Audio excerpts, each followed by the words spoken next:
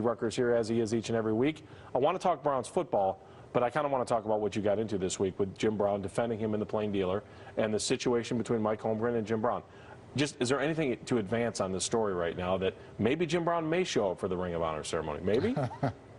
Well, this is a story with more legs than a centipede, right? Right. It just keeps going on and on and on. And at some point, we have to get to the bottom of it, deal with it, hopefully fix it, and then move on. Let's start talking about football. And as I said in the article, I think the only way to get there is that the owner of the Cleveland Browns, Randy Lerner, has to step forward and take control of this situation and bring the parties together and execute what he wants done. I mean, he knows what he wants done, and I think we've heard very clearly this week what the fans want. They want Jim Brown there. I think we understand what Mike Holmgren wants. Mike Holmgren wants to move on in this organization, and he prefers to move on without Jim in a role in which he is directly advising the owner. Okay, fine.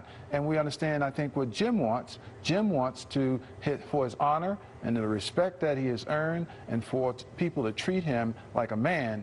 And if we can get all those things together, then we can move on. And I think the guy that can get that done is Randy Lerner. All right, I'll let you plead the fifth on this. If you had to give a percentage now on Jim Brown showing up for the Ring of Honor, and I'll let you plead the fifth, any chance that he might show up? We've been friends a long time.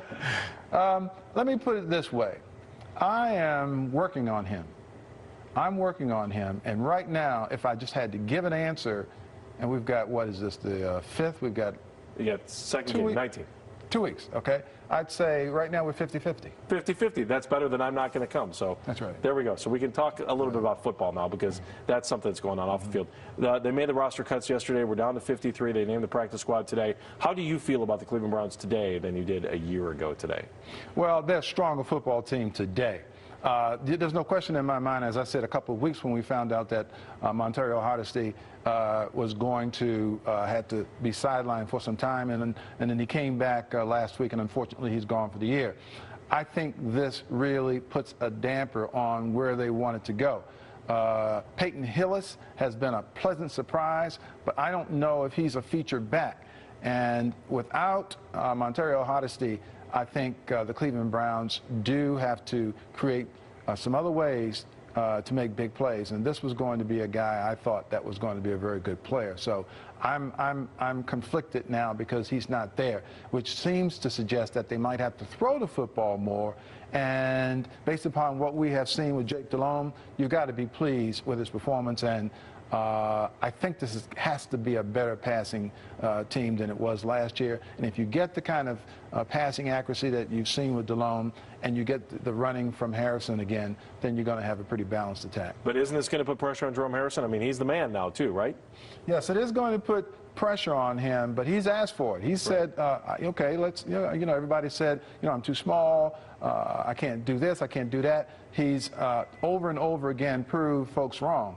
And so he is going to get a chance now at the very outset to be the featured back. I mean, he is going to be the guy that they're going to count on for some breakaway runs from scrimmage. I got to believe the one place that you look at the Browns, you say, all right, they might not be stronger here, they might not be stronger here. I think they're stronger at tight end. I don't think there's any question about that. And Ben Watson really brings some game to this team. Ben Watson has been perhaps the best, other than Jake Delhomme, perhaps the best addition to the football team, because a tight end who can get down the middle and make big plays, Andy, and cause problems in matchups for either safeties or linebackers can really add value to the pass offense, because if Ben Watson starts to make defenses focus in on him, then you're going to get some one-on-ones on the outside, and those wide receivers have to beat their man if they get that. So that gives Robiskie and Massaquoi the chance to kind of step up too. It sure does. All right, let's talk about the defense, because everyone still thinks that that's the big question mark on this team, and the defensive secondary is going to be young. I mean, there's no question about it. So we're going to see how fast these guys can grow up, huh? Yeah, well, we've talked about it over and over again. I mean, there's no real shortcut to this. When you have to be thrust into the fray, rather, in the National Football League as a young defensive back coming into this thing for the very first time, you're going to see size, you're going to see speed, you're going to see hands, you're going to see moves, you're going to see all the stuff that the best athletes in the world bring to the table. And if you can deal with that, and you're not overwhelmed then the Cleveland Browns are going to be very fortunate, because it will mean that Joe Hayden was exactly what they thought he was when they took him with the seventh pick in the draft. And they need him. They really need him to play some really tight coverage, defend well, and get some turnovers. Now, you want to put a number on the season? Over, under? How many games are they going to win? Well, I'm going to go back with my original thought way back when we started this earlier this year, Andy, and I said that the Cleveland Browns will go as does Jake Delhomme. And if Jake Delhomme has a very good year, the Cleveland Browns can be 8-8. If he falters, then they're going to be 6-10 or 7-9.